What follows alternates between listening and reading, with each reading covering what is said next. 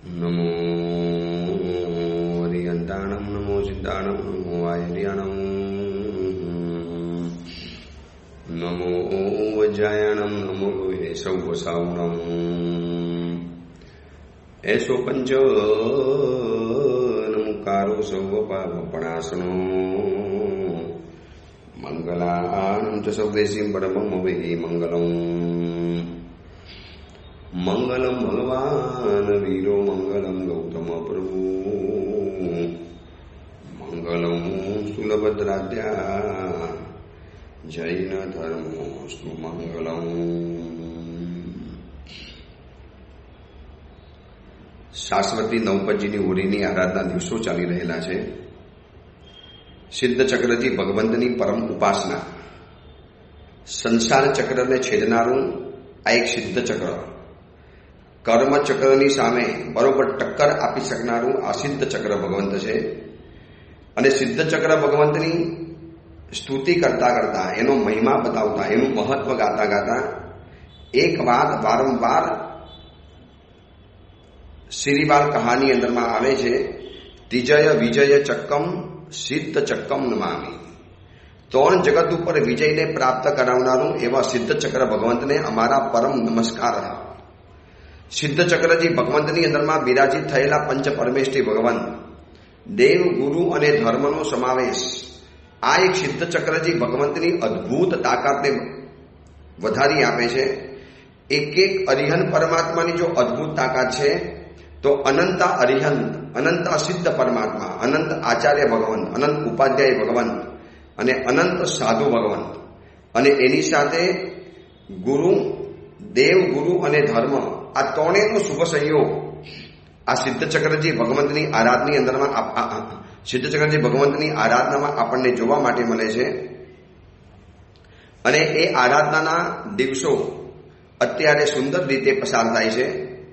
જ્યાં પણ જશો આમિલની બોલબાલા, જ્યાં પણ જશો આમિલ શાલા ધમધમતી જોવાની. અત્યારે હું મુંબઈની અંદરમાં છું, ગોવાલા ટેક્સી સંઘની અંદરમાં, અને અહીંયાથી ઘણા લોકો બીકેસીની અંદરમાં ડાયમંડનો બિઝનેસ કરવા માટે જાય છે. ત્યાંથી સમાચાર એવા અનુમોદનીય મળે છે કે બીકેસીની અંદરમાં પ્રથમ દિવસ અરિહંત પદના દિવસે 1700 આમિલ થયા, 1700.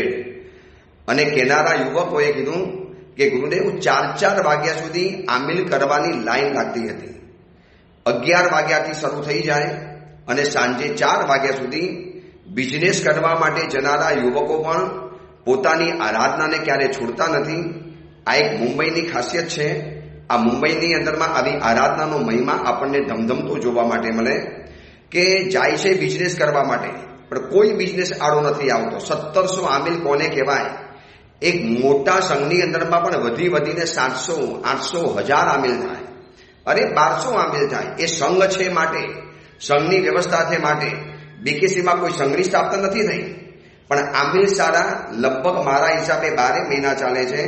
અને આ નવપતજી અને ચૈત્ર માસ અને આસો માસની અંદરમાં 1000 ઉપર રોજના આમિલ થાય.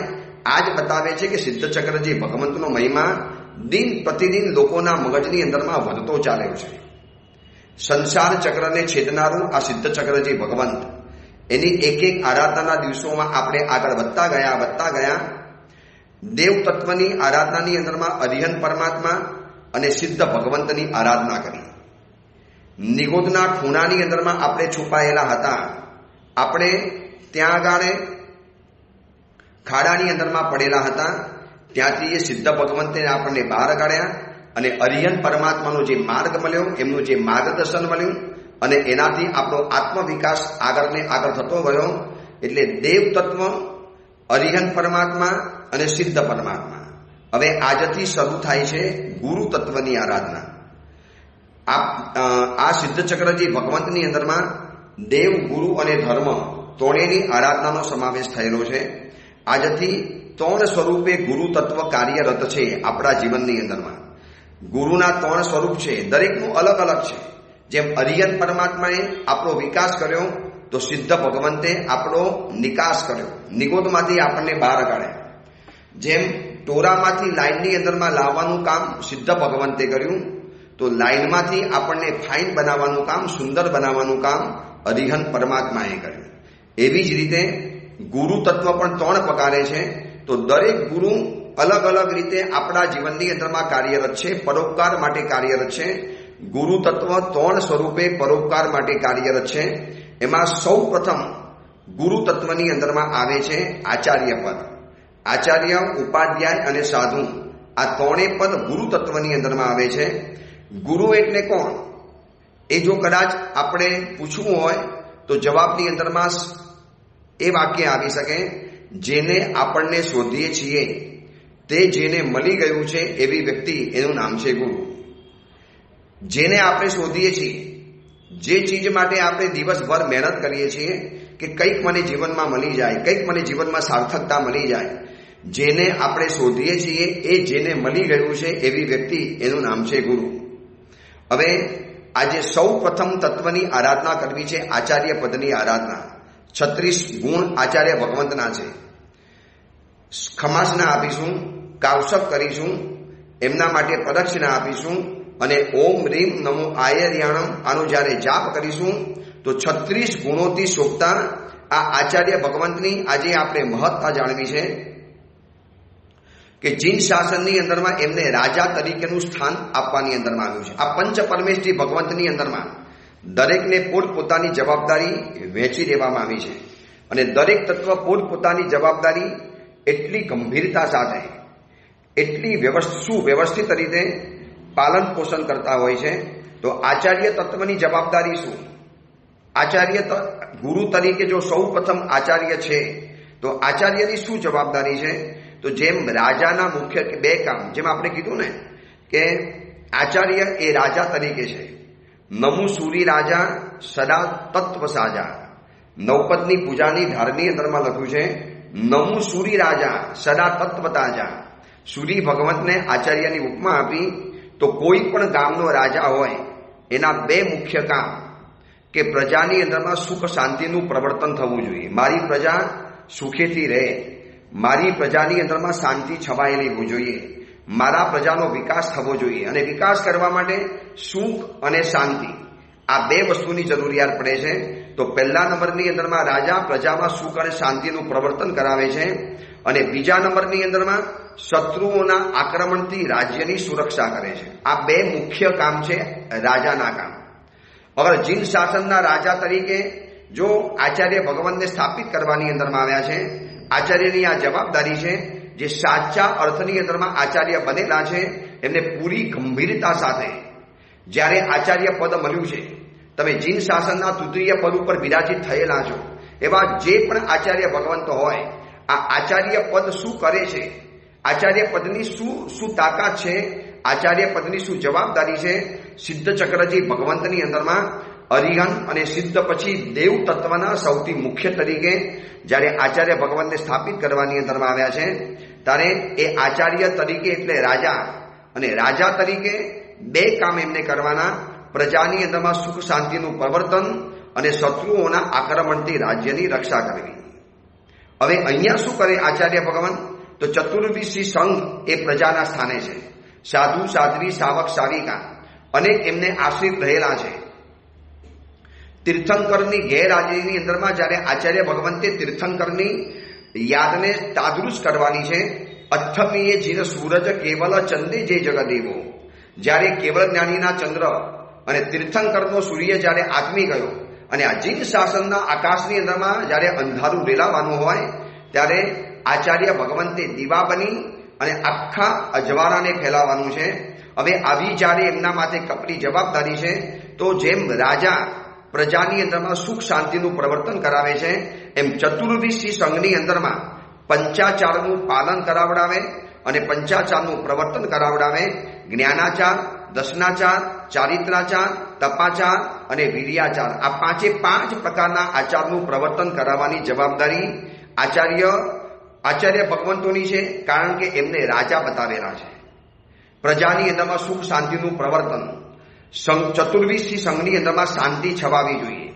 નહીં કે એમના કારણે પ્રજાની અંદરમાં વિવાદ થાય, નહીં કે એમના કારણે જવાના કારણે એ ગામ નગરની અંદરમાં વિવાદો પેદા થાય. નહીં કે એમના જવાના કારણે એ ગામ નગરની અંદરમાં પોલીસોને બોલાવવી પડે, નહીં કે એમના જવાના કારણે એ નગરની અંદરમાં એમને વિહાર કરવાની નોબત આવે, નહીં કે એમના કારણે એ નગરની અંદરમાં કોઈ પણ જાતનો વિવાદ ઉખડે, નહીં કે એમના કારણે એ ગામની અંદરમાં જવાના કારણે શાંતિ ઢોળાઈ જાય.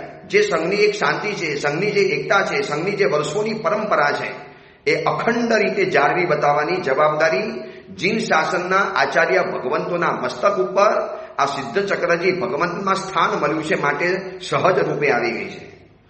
રાજા એને કહેવાય જે પ્રજાની અંદરમાં સુખ શાંતિનું પ્રવર્તન કરાવડાવે. વર્તમાન સમયની અંદરમાં દિલ્હીમાં બેઠેલા વડાપ્રધાન જો રાજા ગણાય છે તો એના માથે પણ આ કપરી જવાબદારી છે. ગમે તે ઉથલ પાથલ થાય, વિશ્વના અંદરમાં જેટલા પણ યુદ્ધો થાય, પણ તમે રાજા તરીકે છો, તમારી જવાબદારી છે કે તમારી પ્રજા સુખ ચેનની અંદરમાં રહેવી જોઈએ. બસ જીન શાસનના આચાર્ય ભગવંતોની આ જવાબદારી છે. ન વિવાદમાં પડે, ન એમના કારણે કોઈ ઝઘડા પેદા થાય, ન એમના કારણે એ ગામની એકતાને કોઈ ખંડિત કરી શકે, ન એમના કારણે કોઈ પણ જાતનો વિવાદ ઊભો ન થાય. આ જવાબદારી છે આચાર્ય ભગવંતોની. તો જ એ સૂરી પદની અંદરમાં બેઠેલા રાજા તરીકે શોભી ઉઠતા હોય છે. અને રાજાની બીજી જવાબદારી શું બતાવી? દુનિયાના જે રાજા છે એની જવાબદારી છે કે સુખ ચેન, સુખ અને શાંતિ પ્રવર્તાવે. પણ આવતીકાલે કોઈ હુમલો કરવા માટે આવ્યો, આ દેશ ઉપર કોઈ હુમલો કરવા માટે આવ્યો, કોઈ દેશ આ દેશની ઉપર હુમલો કરવા માટે આવ્યું, તો રાજાની જવાબદારી છે કે એ આક્રમણને મારી હટાવે, આક્રમણને દૂર કરી બતાવે, અને આક્રમણથી, એ એટેકથી પોતાના રાજ્યની સંપૂર્ણ રક્ષા કરે.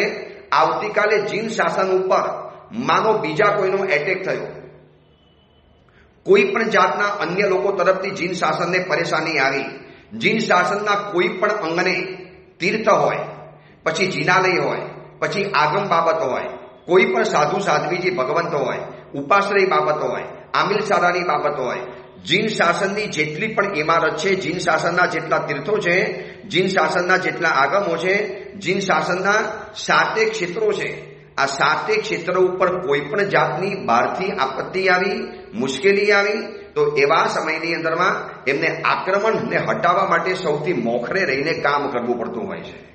આ જવાબદારી છે આચાર્ય ભગવંતોની. અને આવી એક અદ્ભુત પરંપરા આપણને મળી છે.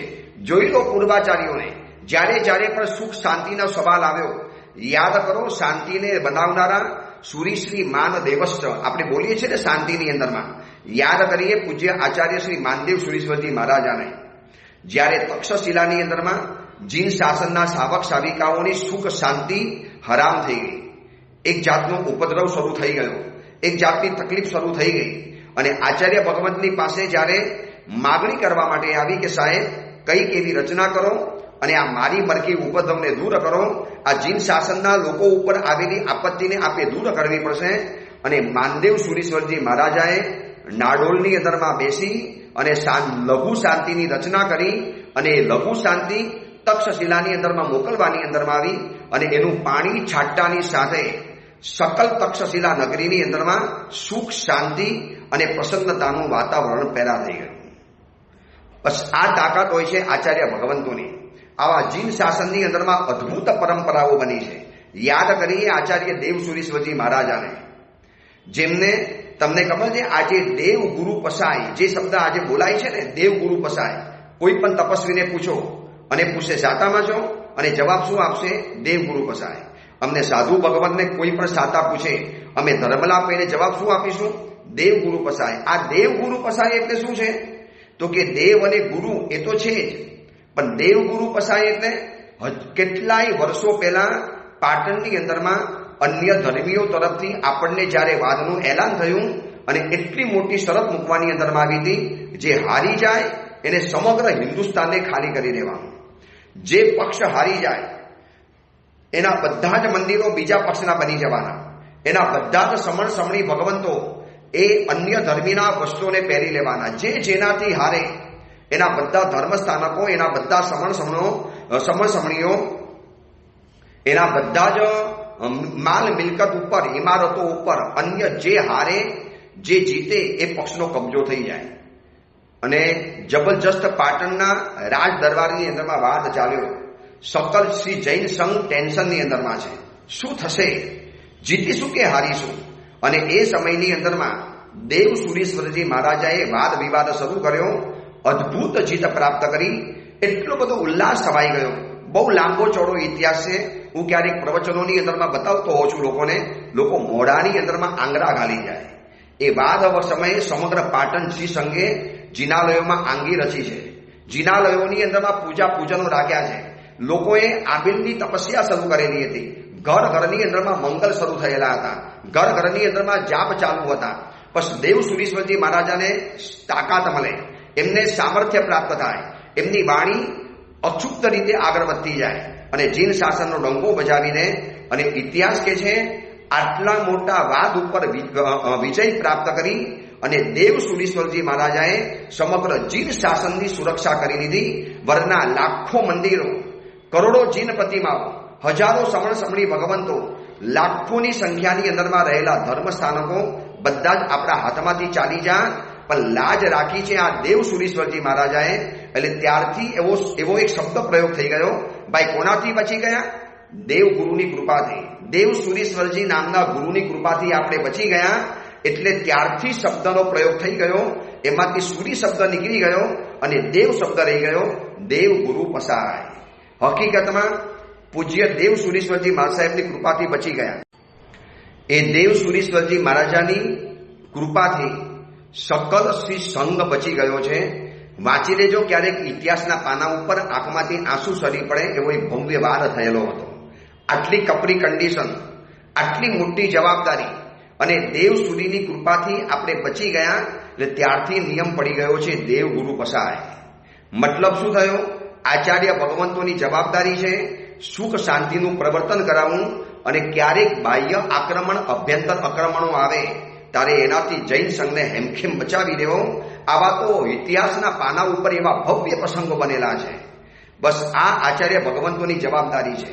વર્તમાનમાં કોક જગ્યાએ કોકનાથી જો વિવાદ છેડાતો હોય, સંઘના બે ટુકડા થતા હોય, સંઘની અંદરમાં વાદ વિવાદના વાતાવરણ ઊભા થતા હોય, એક સંઘની સામે બીજા ધર્મસ્થાનો ઊભા કરી અને સક્કર શ્રી સંઘની જો શાંતિને ઢોળી નાખવાના કામ થતા હોય તો એમને સમજી જવું જોઈએ કે ભાઈ તમે જીન શાસનના આચાર્ય બન્યા છો, તમે રાજા બને છો. જ્યારે તમારા માટે ગવાય છે કે જીન શાસન કે રાજા પધાર રહે. આપ રાજા છો તો રાજાના બે કામ છે: પ્રજામાં સુખ શાંતિનું પ્રવર્તન કરાવવું, અને બીજા નંબરની અંદરમાં શત્રુઓના આક્રમણથી રાજ્યની સુરક્ષા કરવી, રાજ્યનો બચાવ કરી લેવો. આ ચતુર્વિશી સંઘ એ પ્રજા છે. આ જીન શાસનના જિનાલયો, આ એક મોટું રાજ્ય રહેલું છે. અમાપ સમાપ સંપત્તિઓ રહેલી છે. માત્ર હું અત્યારે ગોવાલિયા ટેન્સી સંઘની અંદરમાં ચૈત્ર માસની ઓરી કરાવવા માટે આવેલા છીએ, અને સાથે મુમુક્ષુની દીક્ષા પણ છે. અને અમે જે ઉપાસેની અંદરમાં રહીએ છીએ ને, પ્રાઇમ લોકેશન રોડ ઉપર, યુજીસ રોડ, આ બાજુ પેડર રોડ, અને એની ઉપર જાવ એટલે વારકેશ્વર તીનબત્તીનો એરિયા આવી જાય. બહુ રીચ એરિયામાં પ્રાઇમ લોકેશનની અંદરમાં આ જિનાલય અને ઉપાશ્રયની આજની તારીખની અંદરમાં જો માર્કેટ વેલ્યુ ગણવાની અંદરમાં જાઓ તો ઓછામાં ઓછી 200 કરોડથી ઓછી નહીં હોય. હું 200 કરોડ ખાલી કહું છું, કદાચ 300 કરોડ સુધી પણ પહોંચી જાય. એટલી વિરાટ જગ્યા, પ્રાઇમ લોકેશન અને રીચ એરિયાની અંદરમાં આ જિનાલય આવેલું છે. હવે તમે વિચારો, એક જ જિનાલયની જો 300 કરોડની માર્કેટ વેલ્યુ ગણાતી હોય, આવા તો મુંબઈની અંદરમાં 400 ઉપરાંત તો મોટા મોટા જિનાલયો અને ઉપાશ્રયો રહેલા છે. અને બીજા નાના મોટાના તો કોઈ પાર નથી. એકલી ખાલી મુંબઈની જો જીન શાસનની મિલકત ગણવાની અંદરમાં જઈએ તો અબજોના અબજો રૂપિયાની મિલકત થઈ જાય. આ બધી સુરક્ષા કરવાની જવાબદારી કોની? આ બધાને બચાવવાની જવાબદારી કોની? આને વૃદ્ધિ કરવાની જવાબદારી કોની? આને હેમખેમ રાખવાની જવાબદારી કોની? આને સુરક્ષિત રાખવાની જવાબદારી કોની? આને ભરચક ભરેલા રાખવાની જવાબદારી કોની? આને સુચારુ રૂપે આગળ વધારવાની જવાબદારી કોની? તો સિદ્ધ ચક્રજી ભગવંતની અંદરમાં રહેલા ત્રીજા સ્થાનની અંદરમાં આજે જેનું પદ છે એ આચાર્ય ભગવંતોની જવાબદારી છે. એમને આચાર્ય પદ નથી મળી જતું. બસ ખાલી પર્યાય થયો અને ગુરુએ આપી દીધું અને આચાર્ય બની જવું બહુ મોટી કપરી જવાબદારી છે મસ્તક ઉપર. કે આવતીકાલે કદાચ આચાર્ય બનવાનો વારો આવે તો કેટલી મોટી જવાબદારી જીન શાસન એ આચાર્ય ભગવંતોની પાસેથી આશા રાખીને બેઠેલું છે કે આક્રમણખોરોને હરાવી દેવાના છે, એને દૂર દૂર પહોંચાડી દેવાના છે. અને એની સામે જવાબદારી મોટી એ છે કે પ્રજાની અંદરમાં સુખ શાંતિનું પ્રવર્તન કરાવવાનું છે. ઇતિહાસ એવો બનેલો હતો કે પૂજ્ય આત્મારામજી મહારાજ વિહાર કરતા કરતા અમદાવાદની અંદરમાં ગયેલા અને એ અમદાવાદની અંદરમાં એવું બન્યું કે આપણા 20 છોકરાઓ એક અન્ય ધર્મની અંદરમાં જવા માટે તૈયાર થઈ ગયેલા હતા અને આ સમાચાર મળ્યા છે પૂજ્યપાદ આત્મારામજી મહારાજને. અને આત્મારામજી મહારાજ સાહેબ એટલે 150-200 વર્ષ પછી જીન શાસનને મળેલા પ્રથમ આચાર્ય ભગવંત હતા અને જવાબદાર આચાર્ય ભગવંત હતા. એમને જ્યારે સમાચાર મળ્યા કે આ તો કેવી રીતે ચાલી શકે, આપણા જીન શાસનના 20 દીકરાઓ જ્યારે અન્ય ધર્મની અંદરમાં ચાલી જાય અને આ સિલસિલો જો આગળ વધ્યો તો કેટલી મોટી જવાબદારી આવશે. અને એ જ સમયની અંદરમાં એ જીન શાસનના રાજા ગણાતા એવા આત્મારામજી મહારાજે એક ગ્રંથ લખ્યો, એનો પ્રચાર કર્યો અને એની ગામે ગામ લોકોને જાણકારી આપી. અને એ જાણકારી આપવાના કારણે આત્મારામજી મહારાજ સાહેબ અમદાવાદમાં પધાર્યા, સાથે સાથે બુદ્ધિસાગર સુરીશ્વરજી મહારાજ પણ પધાર્યા. એ પણ એ વિષયની અંદરમાં સક્રિય બન્યા અને ખ્રિસ્તી અને જૈન ધર્મોનો મુકાબલો એવા પુસ્તકો લખ્યા. અમદાવાદના ચોરે ચૌટે વ્યાખ્યાનો થયા અને એવી આલેખ જગાડી કે આ 20 દીકરાઓ જે ખ્રિસ્તી ધર્મ અપનાવવા તૈયાર થઈ ગયેલા હતા, ધર્માંતરણ વટલાવાની પ્રવૃત્તિ એ સમયથી બે રોકટોક ચાલતી હોય છે. અને અમદાવાદના આગેવાન શ્રેષ્ઠીઓના આવા 20 દીકરાઓ હતા, જેવા તેવા નહોતા. અમદાવાદના જૈનનગરના 20 આગેવાન દીકરાઓ, એ આત્મારામજી મા સાહેબનો સમય અને બુદ્ધિસાગરજી મા સાહેબનો સમય. અને જ્યારે એમને ખબર પડી કે આ આક્રમણ આવ્યું છે, હવે આ આક્રમણને મારી હટાડવાનું છે, ખાલી સામૈયાની અંદરમાં આગળ ચાલવું એ જવાબદારી નથી, આવા આક્રમણો નહીં આવે ત્યારે એના મોખરે રહીને લડી બતાવવું એ પણ એમની જવાબદારી છે. અને આ પુસ્તક લખ્યું, ચોરે ચૌટે પ્રવચનો કર્યા, 20 દીકરાઓને સમજાવ્યું અને એની પાછળ બીજા કેટલા લોકો ધર્માંતરણ કરવા તૈયાર થતા હતા એ બધાને બચાવી અને જીન શાસનની સુરક્ષા કરી. શું થયું? આ શત્રુઓના આક્રમણથી રાજ્યની સુરક્ષા કરવી. ઈસવીસનની ગઈ સદીની અંદરમાં બાલ દીક્ષાની સામે અનેક વિરોધનો બંટોળ ઉભો થયેલો હતો. બાલ દીક્ષા ઉપર પ્રતિબંધ લાદવાના અનેક વાર પ્રયાસો થયા, કેટલાય બિલો રજૂ કરવાની અંદરમાં આવ્યા. એના માટે કેટલા બધા સખત પ્રયત્ન ચાલતા હતા કે બાલ દીક્ષાનો પ્રતિબંધ મૂકી દો, બાલ દીક્ષાઓ નહીં કરવાની, જીન શાસનના બાલ મુનિઓ દીક્ષા નહીં આપવાની, આ તમે નાના બાળકો દીક્ષા આપો, શું એની અંદરમાં સમજણ પડે? અને એ સમયની અંદરમાં પૂજ્ય આનંદ સાગર સુરી મહારાજ, પૂજ્યપાદ પરમ ગુરુદેવ પ્રેમ સુરીશ્વરજી મહારાજ, પૂજ્યપાદ રામચંદ્ર સુરીશ્વરજી મહારાજ અને ગુરુદેવ ભુવન ભાનુ સુરીશ્વરજી મહારાજ, આવા અનેક આચાર્ય ભગવંતોએ પ્રચંડ વિરોધ કરી અને બાલ દીક્ષાની સામેનો વિરોધનો એવો સફળ પ્રતિકાર કર્યો કે ઈસવીસન 1955ની અંદરમાં મુંબઈની રાજ્યની વિધાનસભાની અંદરમાં બાલ દીક્ષા પ્રતિબંધક બિલ પસાર કરી દેવાનો તખ્તો ગોઠવાઈ ગયેલો હતો. ત્યારે મોરારજી દેસાઈ મુંબઈ રાજ્યના મુખ્યમંત્રી હતા અને પૂજ્યપાદ પ્રેમ સુરીશ્વરજી મહારાજાએ ગુરુદેવ ભુવન ભાનુ સુરીશ્વરજી મહારાજાને, એ વખતે ભાનુ વિજયજી હતા, આ બહુ સ્પષ્ટ ઇતિહાસ છે. ભાનુ વિજયજી મહારાજ હજી આચાર્ય બન્યા નહોતા, પણ આચાર્ય જેવા સક્ષમ હતા અને એમને મોકલ્યા, વિધાનસભાની અંદરમાં વિરોધ કરાવડાયો, સખતમાં સખત વિરોધનો વંટોળ પેદા કર્યો.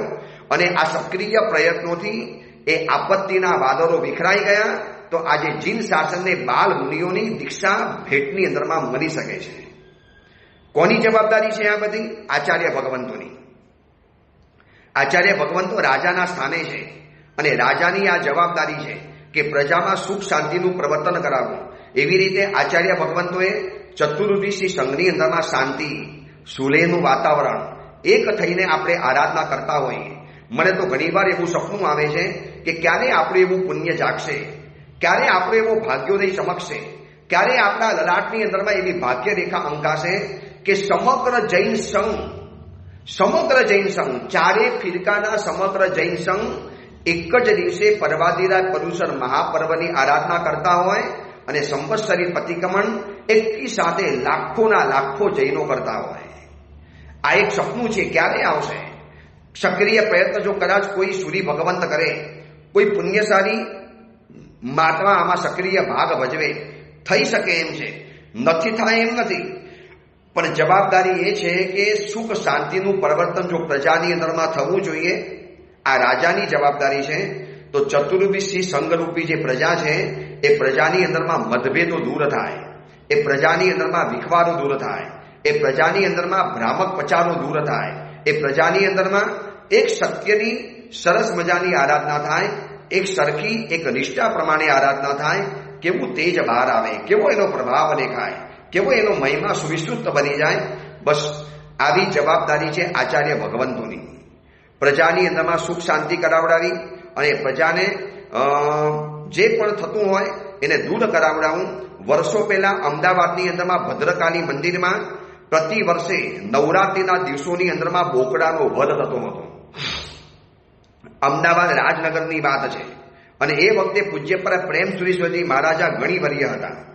મુનિ પછી જે ગણી પદવી આવે, હજી પન્યાસ અને આચાર્ય બન્યા નતા. અને એ વખતે એમને પૂજ્ય પર પ્રેમસુરીશ્વરજી મહારાજ અને પૂજ્ય પર આચાર્ય શ્રી રામચંદ્ર સુરી મહારાજ એ વખતે માત્ર મુનિ હતા. અને એવો વિરોધ જગ્યો કે પૂજારીને સમજાવીને કાયમ માટે એ બોકડાનો વધ બંધ થઈ ગયો. બસ આ એક જવાબદારી છે કે જ્યાં પણ અન્યાય થતો હોય, ખોટું થતું હોય, જ્યાં પણ હિંસા થતી હોય, જ્યાં પણ પ્રજાને નુકસાન થાય એવા કાર્યો થતા હોય તો આચાર્ય ભગવાન, મુનિ ભગવાન, ખાલી આચાર્ય નથી કહેતા પણ કોઈ મુનિ આચાર્ય જેવા પ્રભાવી હોય, ભલે એમની પાસે પદ નથી પણ એમની પાસે એવી તાકાત હોય, સક્ષમતા હોય તો એમને કરવું જ પડે છે. ઇતિહાસ કહે છે કે ભારત પાકિસ્તાનના જ્યારે ભાગલા થયેલા હતા, તમે જ્યારે ભારત પાકિસ્તાનના ભાગલાનો ઇતિહાસ વાંચો, જ્યારે બે દેશનો બંટવારો થઈ ગયો, બંને દેશ વચ્ચે પાર્ટીશન જ્યારે ઊભું થઈ ગયું અને એ સમયમાં પૂજ્યપાદ વલ્લભ સુરીશ્વરજી મહારાજા પાકિસ્તાનના ગુજરાવાલાની અંદરમાં હતા. બેફામ કટલેઆમ ચાલતી હતી, આખી ટ્રેન કપાઈને આવતી હતી. ફ્રીડમ એટ મિડનાઇટ આ પુસ્તકમાં વાંચી લેજો અને એ સિવાયના આપણા પણ લેખકોએ લખેલા પુસ્તકો વાંચી લેજો. ઘોર કટલેઆમ, કરોડો લાખો માણસોની લાશ ફરેલી હતી. હિન્દુ સ્ત્રીઓ ઉપર રેપની એટલી ભયંકર સિતમ ગુજારવાની અંદરમાં આવેલો હતો કે સાંભળતા આજે પણ રૂવાડા ખડા થઈ જાય. અને એ સમયમાં વલ્લભ સુરીશ્વરજી મહારાજા પાકિસ્તાનના ગુજરાવાલાની અંદરમાં હતા અને એટલું બધું જાનનું જોખમ, એટલી બધી ભયંકર કટલેઆમ, એટલી બધી ભયંકર હિંસા, નગ્નનાચ અને બેફામ રીતે ગુંડાઓ ફરતા હતા. સકલ શ્રી સમનો આગ્રહ થયો, વલ્લભસુરી મહારાજ જલ્દી આવો, અમે તમારા માટે પ્લેન મોકલીએ છીએ, અમે જલ્દીથી અહીંયાથી પ્લેન મોકલીએ છીએ, એમાં બેસીને પાછા આવી જાઓ, આપના જેવા આચાર્યને અમે ગુમાવવા માટે નથી માંગતા. આ જોજો, હવે સુરીરાજની જવાબદારી જોજો, આચાર્યની જવાબદારી જોજો. જીન શાસનના રાજા કેવા હોય આ પૂજ્યપાદ વલ્લભ સુરીશ્વરજી સાહેબમાંથી જોવા માટે મળે છે. રાજાના સ્થાને બિરાજેલા એ આચાર્ય ભગવંતે કહી દીધું, જ્યાં સુધી એક જૈન શાવક શાવિકા, એક જીન શાસનનો શાવક શાવિકા આ ભાગલા પડેલા પાકિસ્તાનની અંદરમાં છે અને આ શ્રી સંઘને સૌથી પહેલા બહાર કરીશ, એની બધી વ્યવસ્થા કરાવીશ. અહીંની મૂર્તિઓ, અહીંના આગમો, અહીંની જિનાલયની મોંઘી સામગ્રીઓ, અહીંના સોના ચાંદીના દાગીના, અહીંના રત્નના ભંડારો અને લાખો કરોડો રૂપિયાની જ્વેલરી, આ બધાની પહેલા વ્યવસ્થા કરીશ. આ બધાને રેઢું મૂકીને હું ક્યારે પણ નહીં જાઉં, ભલે મારું જાનનું જોખમ આવી જાય, ભલે જે થવાનું એ થઈ જાય. અને પૂજ્યપાદ વલ્લભ સુરીશ્વરજી મહારાજાએ એક શાવક શાવિકાઓને પાકિસ્તાનમાંથી સલામત પહોંચાડ્યા દિલ્હીની અંદરમાં. એમની ઓળખાણ, એમની લાગવગ, એનો પુણ્ય વૈભવ, એમનું બ્રહ્મચર્યનું અજબ ગજબનું તેજ અને એ બધાના કારણે બધાને હેમખેમ પહોંચાડ્યા. જેટલી બને એટલી મૂર્તિઓને સાથે લઈ લીધી, જિનાલયના મોંઘા સામાનને સાથે લઈ લીધો.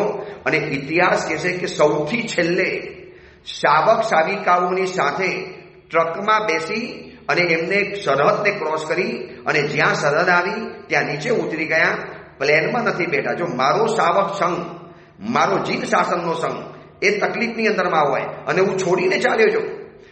વર્ષો પહેલા સુરતની અંદરમાં પ્લેગ આવેલો, પ્લેગ, અને એ સમયની અંદરમાં ચારેકોરથી પૂજ્યપાદ પન્યાસ પ્રવર્ષી ચંદ્રશેખર વિજયજી માસુ પર દબાણ આવ્યું, સાહેબ સુરત ખાલી કરી દો, સાહેબ સુરત છોડીને નીકળી જાઓ, આપને પ્લેગ થશે તો શું થશે, આપ જીન શાસનની મહા મોંઘી મૂડી છો, ગુરુદેવ આપને કાંઈ પણ ન થવું જોઈએ. ચંદ્રશેખર મારા સાહેબે 100 ઝાટકીને શ્રી ગજના કરીને કહી દીધું, મારો સુરતનો શ્રી સંઘ પ્લેગની અંદરમાં સફળતો હોય, અને હું કાયરની જેમ ભાગી જાઉં? શું મારી જૈનાચાર્ય તરીકે કોઈ જવાબદારી છે કે નથી? બિલકુલ નહીં નીકળું. સમગ્ર જૈન સંઘ સુરતમાંથી નીકળશે તો ચંદ્રશેખર નીકળશે, બાકી નહીં નીકળે. અને ઇતિહાસ કે છે એ પ્લેગના ભયંકર વિષયલા વાતાવરણની અંદરમાં પૂજ્યપાદ ચંદ્રશેખર વિજયજી મહારાજ શ્રી જૈન સંઘનું મોરલને સાચવીને ત્યાં રહ્યા, છોડ્યું નહીં.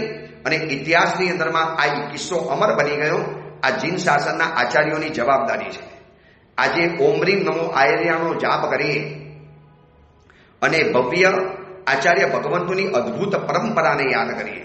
કેવા કેવા ઇતિહાસો, અજબ ગજબના ઇતિહાસો. આ તો આપણે આપણા સમયમાં બનેલા ઇતિહાસ જોયા. જૂના ઇતિહાસ જોવો, જ્યારે આ દેશ ઉપર કારમી આપત્તિઓ આવી, 12 વર્ષના દુકાળો આવ્યા, આપણી ઉપર જબરજસ્ત આક્રમણો આવ્યા, અને ભગવાન મહાવીરની પરંપરામાં થયેલા આચાર્ય પ્રદ્યુમ્ન સુરી મહારાજ, એ પ્રદ્યુમ્ન સુરી મહારાજે બિહારની એમાંથી આપણા સાવક સાવિકાઓને અહીંયા એટલે આ એરિયાની અંદરમાં લઈ આવ્યા, આ પ્રદેશની અંદરમાં લઈ આવ્યા. એ બધાને ઘર અપાવડાવ્યા, એ બધાને શેડ કર્યા, એ બધાની ગોઠવણ કરી, એ બધાની વ્યવસ્થા કરી. અને એ સમયની અંદરમાં આ પ્રદ્યુમ્ન સુરી મહારાજ આજની તારીખમાં સુવિધાના જમાનામાં પણ જો સમેત શિખરની વિહાર યાત્રા અમારા માટે કઠિન છે, આટલી બધી સુવિધા ભરપૂર હોવા છતાં પણ એ સમયની અંદરમાં એમને 12 વખત બિહારમાં ગયા, ત્યાંથી પાછા ગુજરાત તરફ આવ્યા, મહારાષ્ટ્ર તરફ આવ્યા, અને બધે જૈનોની વ્યવસ્થા કરતા ગયા. લાખો પરિવારોને શેડ કરવાનું કામ આ આચાર્ય પ્રદ્યુમ્ન સુરીશ્વરજી મહારાજાએ કર્યું. કદાચ આપણા બાપ દાદા પણ એમાં ફસાયેલા હશે અને એમને હેમખેમ બચાવ્યા. તો આજે આપણે આ દિવસો જોવા માટે પામ્યા. બસ આ આચાર્ય ભગવંતોની જવાબદારી છે. એવા આચાર્ય ભગવંતોને આપણે નમસ્કાર કરીએ. પંચ પરમેષ્ઠી ભગવાનના તૃતીય સ્થાને બિરાજિત થયેલા એ બધા જ આચાર્ય ભગવંતોને ઓમ રીમ નમો લોએ, ઓમ રીમ નમો આયર્યાણમ, બસ આ જાપ કરી એ આચાર્ય ભગવંતોના કાર્યને આપણે શ્રદ્ધાંજલિ આપીએ. અને વળી પાછા જીન શાસનની અંદરમાં આવા કોઈ પુણ્યશાળી યુગ વધારણ આચાર્ય ભગવંત પેદા થાય અને જીન શાસનની જે એકતા ખંડિત થઈ ગઈ છે, જીન શાસનની એક જે ક્યારેક ક્યારેક મલિનતા થતી હોય છે, આ બધાને રોકે, આ બધાને અડકાવે અને એક અદ્ભુત વાતાવરણ પેદા કરે. એ જ મંગલ કામના, મંગલ ભાવના. જેનાગના વિરુદ્ધ કાંઈ પણ બોલાયું હોય તો મિચ્છામી દુક્કડમ.